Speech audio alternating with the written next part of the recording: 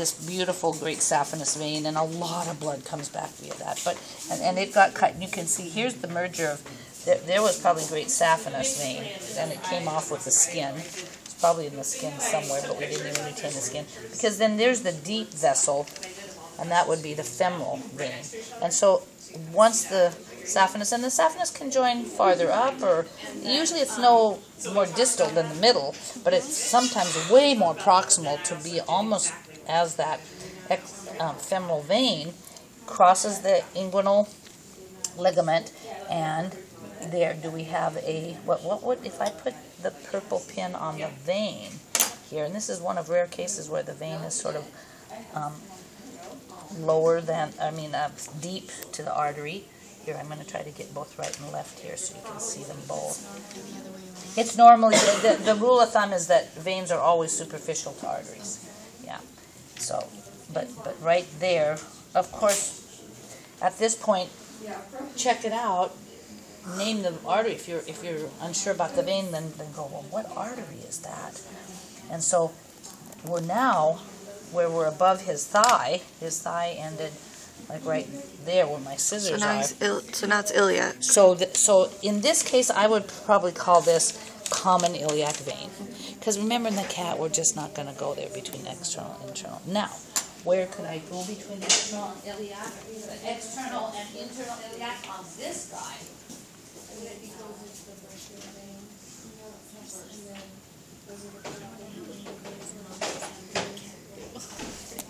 This guy, it clearly shows. I'll put it here for right now. See how, I'll use this little guy. If you come over this way for just a second, see how we have, of course, we're venous blood, and here's the great saphenous vein. And that's the one that you can take parts of. That's the one that they call harvesting for coronary artery bypass grafting. Very good. And in this case, there's a cut between here and here. There was the deep femoral vein. Mm-hmm. And as the deep, and in this case, see how high the saphenous joins the deep femoral vein. Sometimes it's right, but here's where the inguinal ligament would be, from the anterior superior iliac spine. You know, that bony protuberance on your pelvic bone down to the symphysis pubis. So there's approximately the line of the inguinal canal, inguinal ligament. So we clearly know this is femoral artery, the red. Running with it is the femoral vein, and they just cut a segment so you can see some other branches. But there's where the great saphenous, this one, is joining the deep femoral vein, and as we cross the inguinal canal, that, if I put the pin right here, I hope you clearly say external iliac vein, and this is the right external iliac vein. It's joined by, and they've taken pelvic organs out of here, but see, why did they put this little segment right here? Is this the internal? That's the internal iliac vein, joining the external iliac vein to become the common iliac vein. And in this case, the right common iliac vein joining the left common iliac vein form the inferior vena cava. So folks, venous blood is just flowing back to the heart, so you kind of have to go backwards. Please don't ever say veins branch. Veins merge, arteries branch. Only exception, and like I say in biology, it's so frustrating because there's always at least one exception.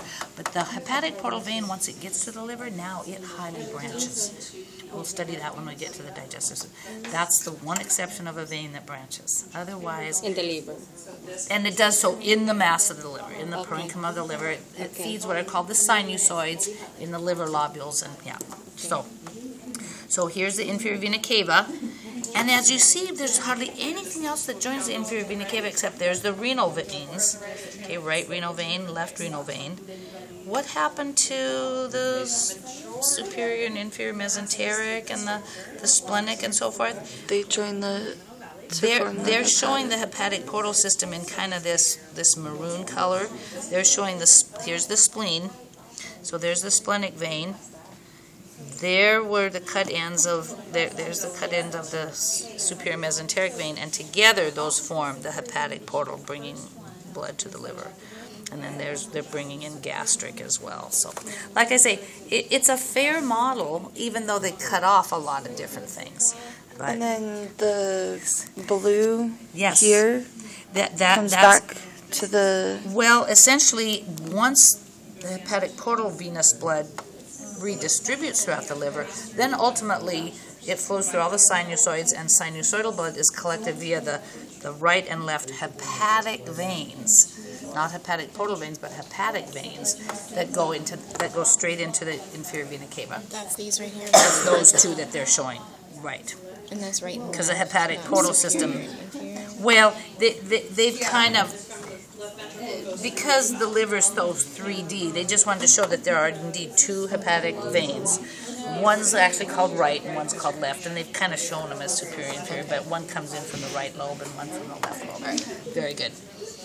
So, and then are we okay with what's shown up here? I mean, in terms of the venous system up here, we have, what were those two superficial veins in the upper extremity? We learned this one joins the subclavian.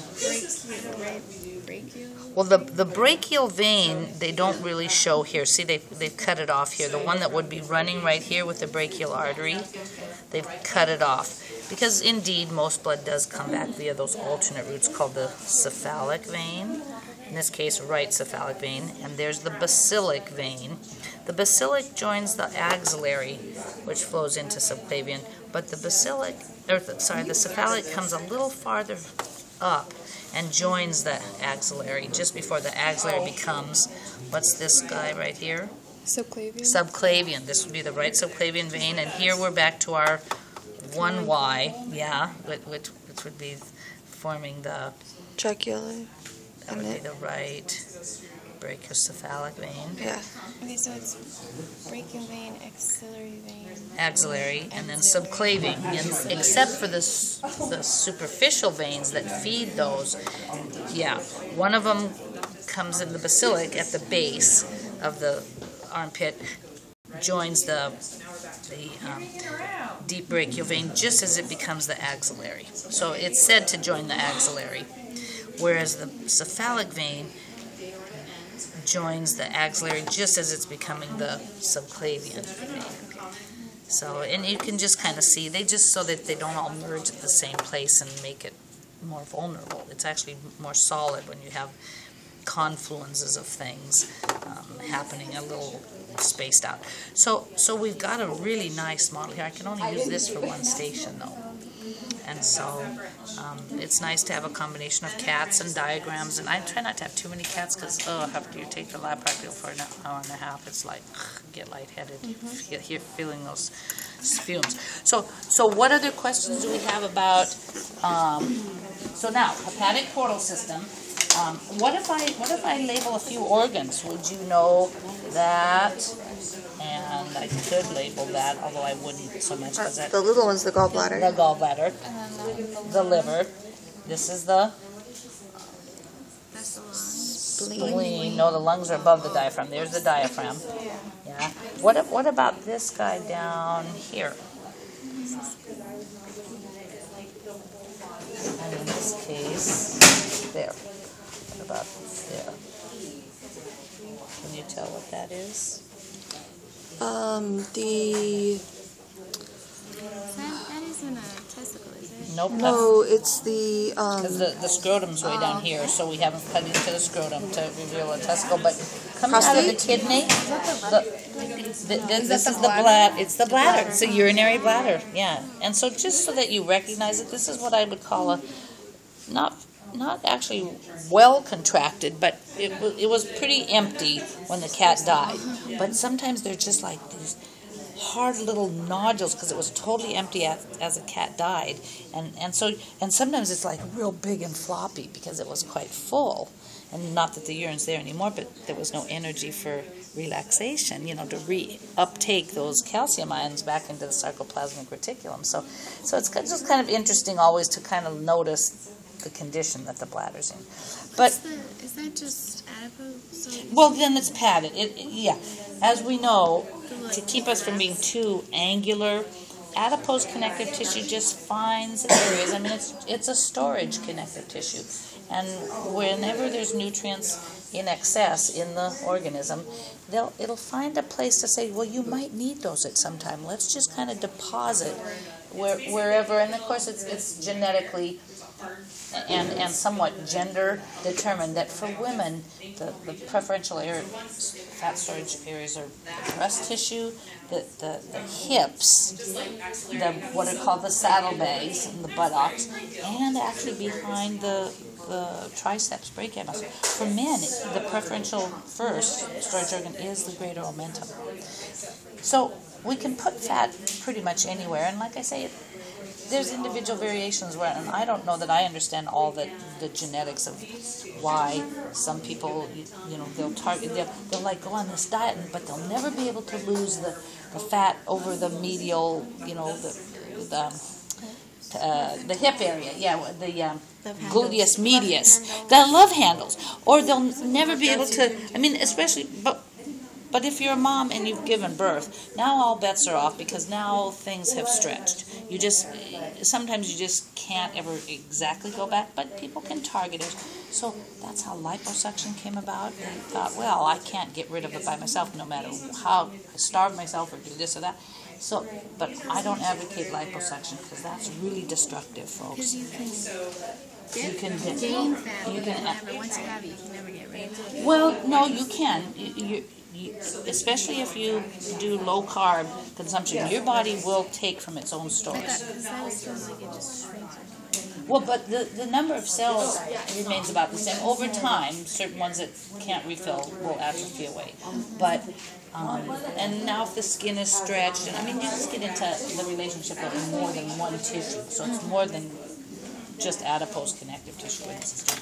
So what questions do you have? Would you recognize this organ, the stomach? Yeah, because just look where your greater omentum is coming off of, and it always comes off the greater curvature of the stomach.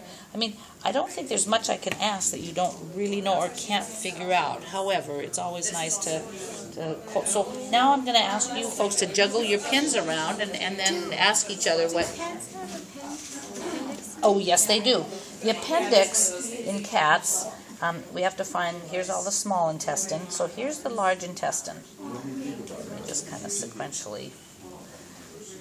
So see how in the cat the large intestine this was all kind of like this. It was just sort of this large comma.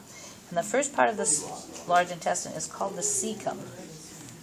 See, this is still small. This is the ileocecal junction right here. I can tell that's the last part of the small intestine joining the first part of this large intestine.